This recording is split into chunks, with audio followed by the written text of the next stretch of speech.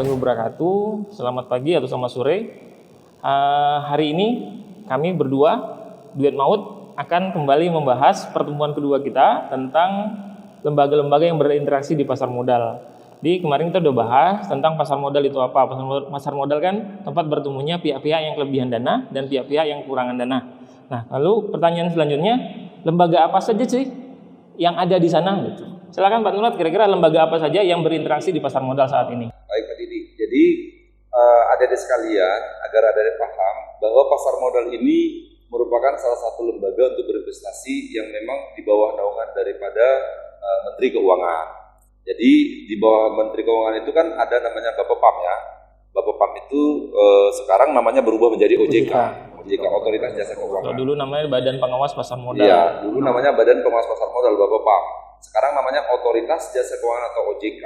Jadi agar nanti adik-adik sekalian, ini kan topik ini membahas tentang yaitu lembaga-lembaga yang berinteraksi di pasar modal atau lembaga-lembaga yang berinteraksi untuk berinvestasi di pasar modal.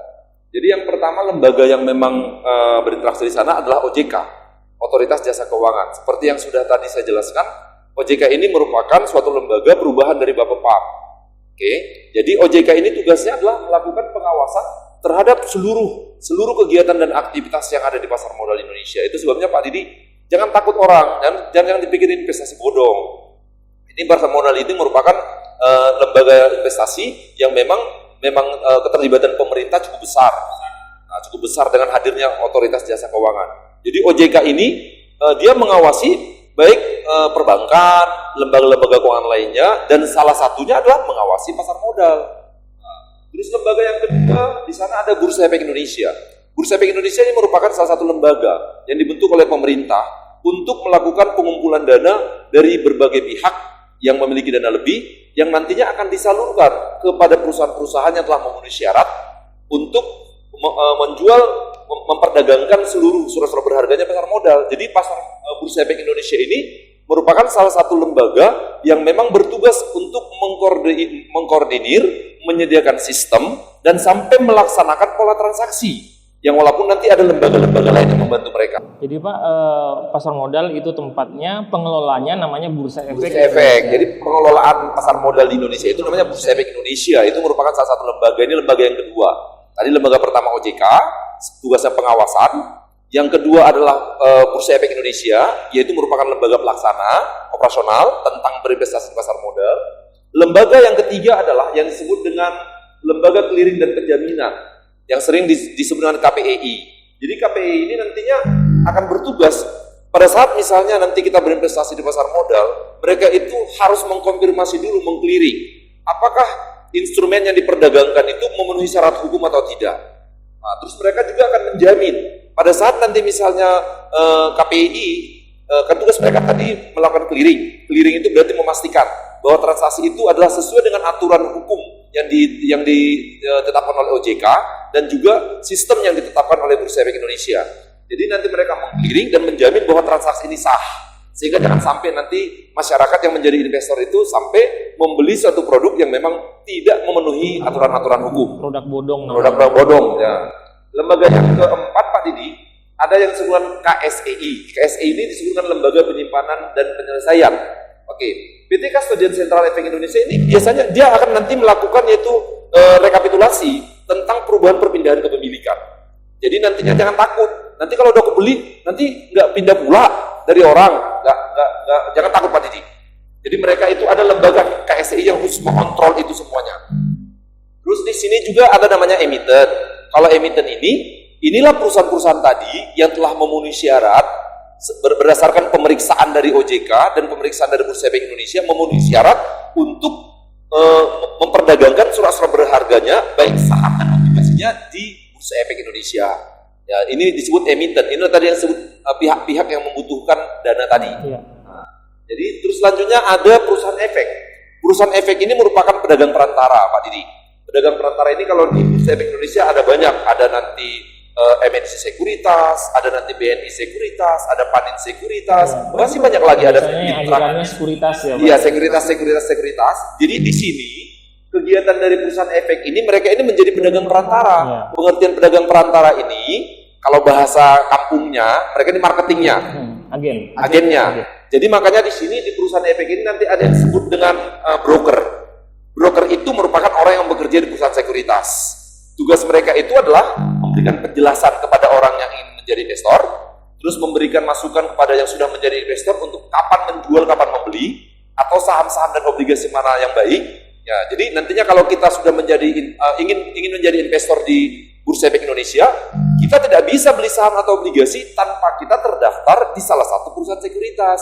Jadi tugas mereka ini adalah merupakan pedagang perantara, yang artinya lewat mereka lah kita bisa menjadi investor. Nggak boleh langsung Pak Didi ke Bursa Efek, nggak mau lewat sekuritas, nanti ditokohi, nggak boleh. Harus kita terdaftar dulu di salah satu perusahaan sekuritas. Nah, daftarnya itu disebut dengan open account. Open account. Kalau di Bina Karya kita kerjasama sama MNC Sekuritas. Iya, kalau di Bina Karya. Jika Bapak Ibu ingin nanti buka akun, ingin bertransaksi di Bursa Efek Indonesia, harus melalui perusahaan sekuritas. Iya. Prosesnya open account dulu, nanti dari sana baru nanti dihubungkan ke situs perdagangannya nantinya. Iya, kalau nanti misalnya datangnya misalnya mau lewat Bina Karya pun kami tetap harus linkkan dulu ke perusahaan sekuritas. Karena perusahaan sekuritas ini kan merupakan pedagang perantara efek. Nah, terus lembaga selanjutnya ada lembaga penunjang Pak Didi. Lembaga penunjang ini lembaga-lembaga nantinya yang akan melengkapi baik aturan hukum maupun juga keabsahan sampai kepada pola transaksi yang akan dilaksanakan pada saat kita menjadi investor. Di sini ada Biro Administrasi Efek. Ada Biro Administrasi Efek ini adalah merupakan milik daripada Bursa Efek Indonesia. Mereka itu yang mengontrol sistem. Yeah. Nah, terus ada Bank Custodian. Bank Custodian ini merupakan perbankan yang merupakan mitra dari Bursa Efek Indonesia, yang nantinya sebagai lembaga pada saat kita melakukan nanti transfer dana ataupun memasukkan dana. Nah, kalau di Bina Karya kemarin kita open account lewat BRI. Ya, sekarang ini BCA ya. Sekarang BCA, itulah bank kustodian kita. Iya. Artinya ketika kita mau top up, kita top up dulu, isi dulu saldonya di bank kustodian, baru nanti kita bisa top up sahamnya dari yang menghubungkan ke bank kustodian. Iya. Jadi tugas mereka itu kan nanti akan menjadi lembaga yang kita jadikan pada saat nanti kita misalnya mau transfer dana, mau melakukan top up jual beli. Jadi nanti dananya itu akan masuk melalui rekening di mana bank custodian kita bekerja sama. Nah, terus nanti ada juga wali amanat Pak Didi. Wali amanat ini merupakan sebuah lembaga yang bertugas nanti untuk melakukan juga pengawasan dan penjaminan tentang pola transaksi. Jangan sampai misalnya terjadi transaksi-transaksi nggak benar. Nah, terus ada nanti pemeringkat efek. Pemeringkat efek ini sekarang banyak lembaga. Ada Kompas 100, ya kan?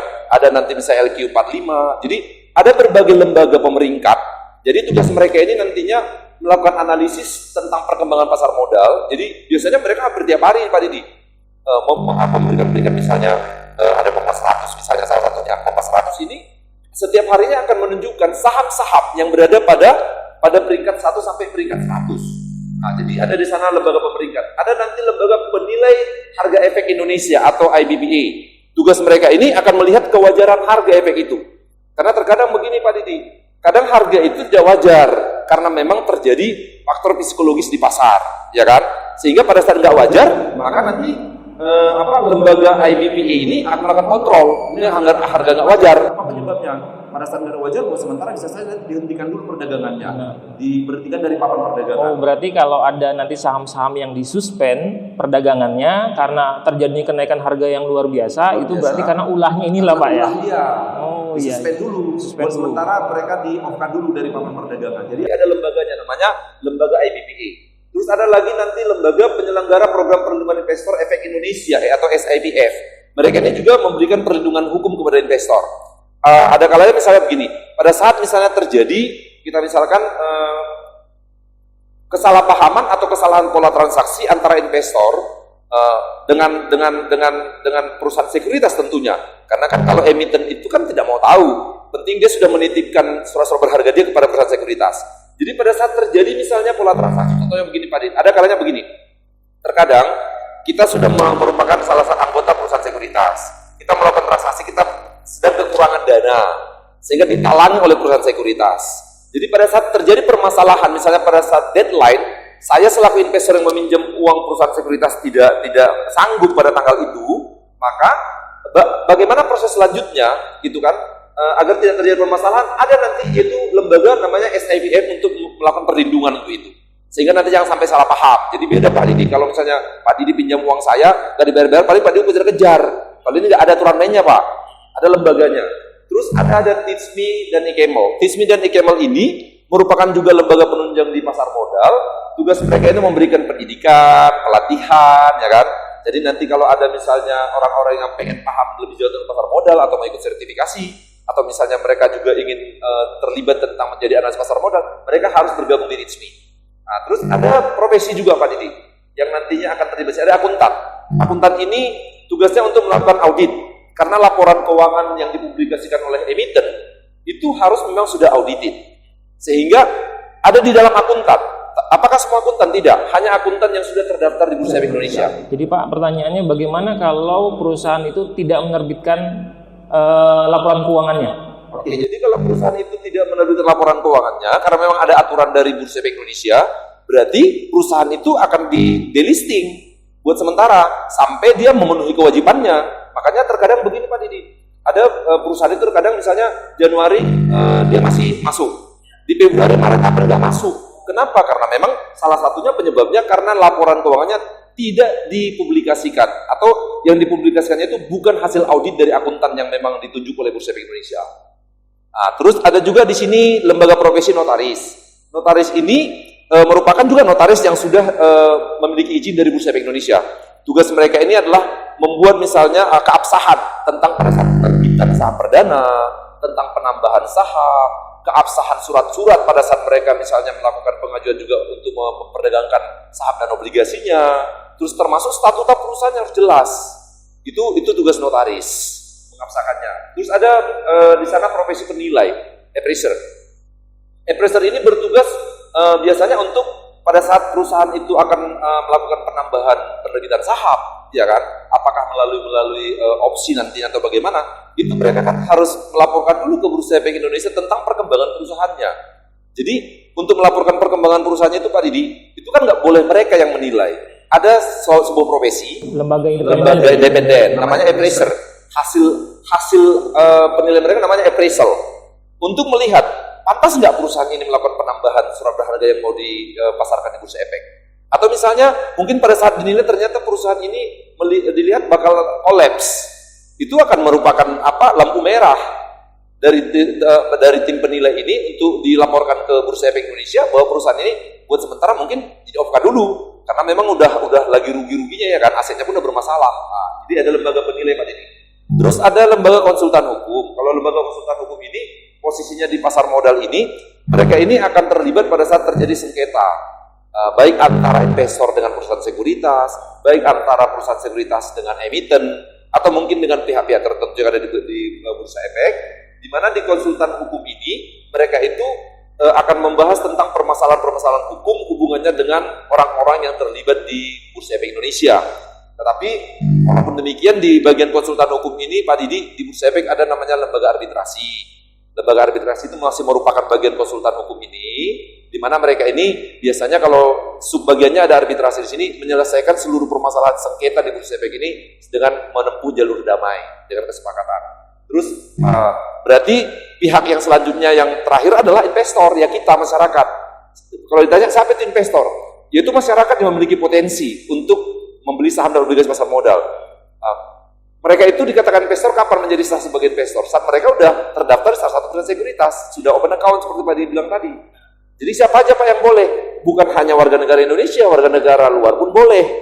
Boleh, tetapi tetap syaratnya harus terdaftar di salah satu perusahaan sekuritas. Jadi kalau orang asing gimana kalau misalnya terdaftarnya? Ya ada saja perwakilan perusahaan sekuritas Indonesia di luar sana, sehingga mereka harus terdaftar lewat itu Pak Didi. Nah, jadi itulah Pak Didi, lembaga-lembaga atau pihak-pihak yang terlibat di pasar modal Indonesia. Jadi sebenarnya Pak, pasar modal ini suatu ekosistem yang luas sekali ya Pak. Ekosistem sangat luas sekali. Luas sekali, di mana pelaksana utamanya itu adalah Bursa Efek Indonesia. Tapi Bursa Efek Indonesia juga tidak bisa berjalan sendiri. Iya. Harus ada lembaga-lembaga penunjang lain yang menjamin bahwa transaksi di Bursa Efek ini transparan, kredibel, aman. Jadi ketika kita ingin berinvestasi, kita nggak perlu takut. Bursa Efek ini banyak sekali lembaga yang mengawasinya, kemudian semua transaksinya transparan. Bahkan ketika ada kenaikan harga yang tidak wajar sekalipun langsung bisa disuspend. Ada lembaga yang menilai kewajaran harga. Istilahnya wasitnya langsung nyemprit. Itu harga naiknya nggak wajar. Ini langsung bisa disuspend. Sehingga keamanan kita berinvestasi di pasar modal itu sangat terjaga. Nggak jelaskan dulu Pak, kalau disuspend itu artinya berarti buat sementara dihentikan dari daftar perdagangan.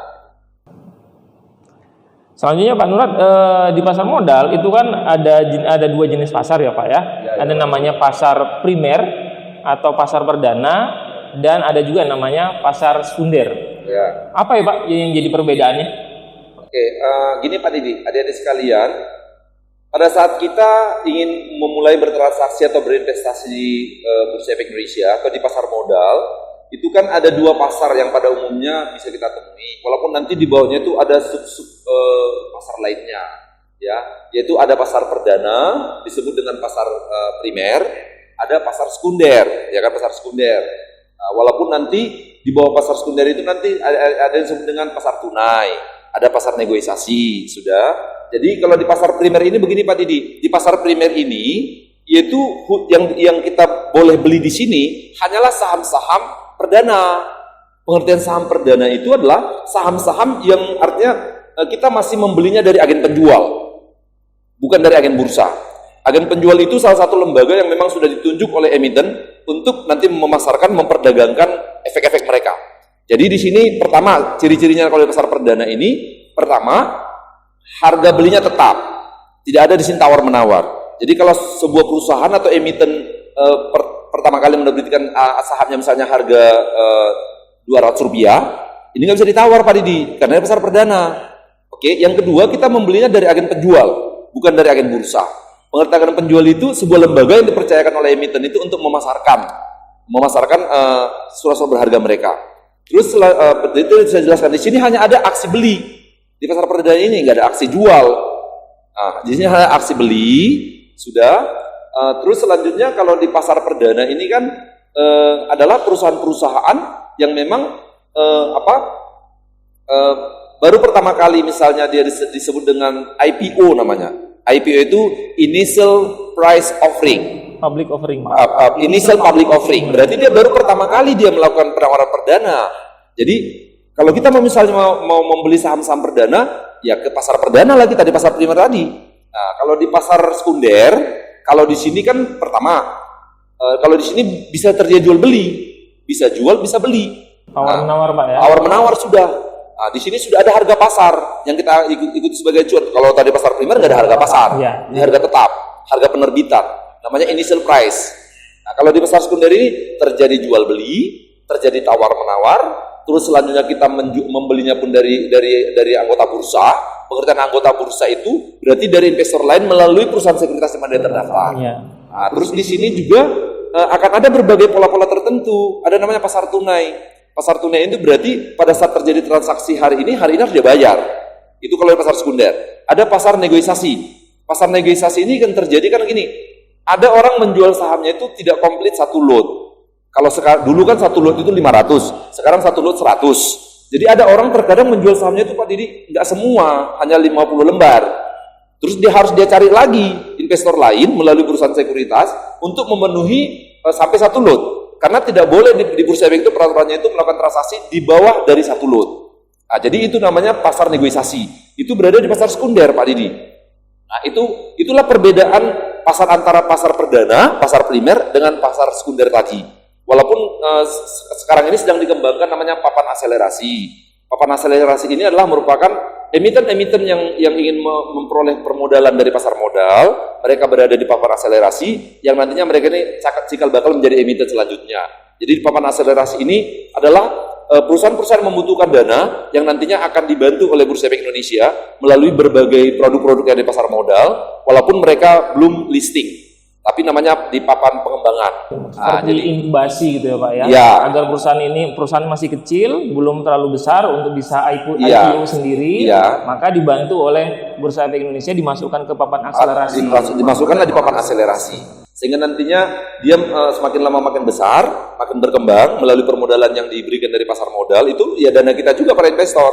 Jadi nanti diinkubasi lah namanya. Sehingga nanti dia akan di backup, di upgrade menjadi sebuah emiten. Jadi sebelum sampai ke sana dia masuk ke papan akselerasi. Nah, itu Pak Didi.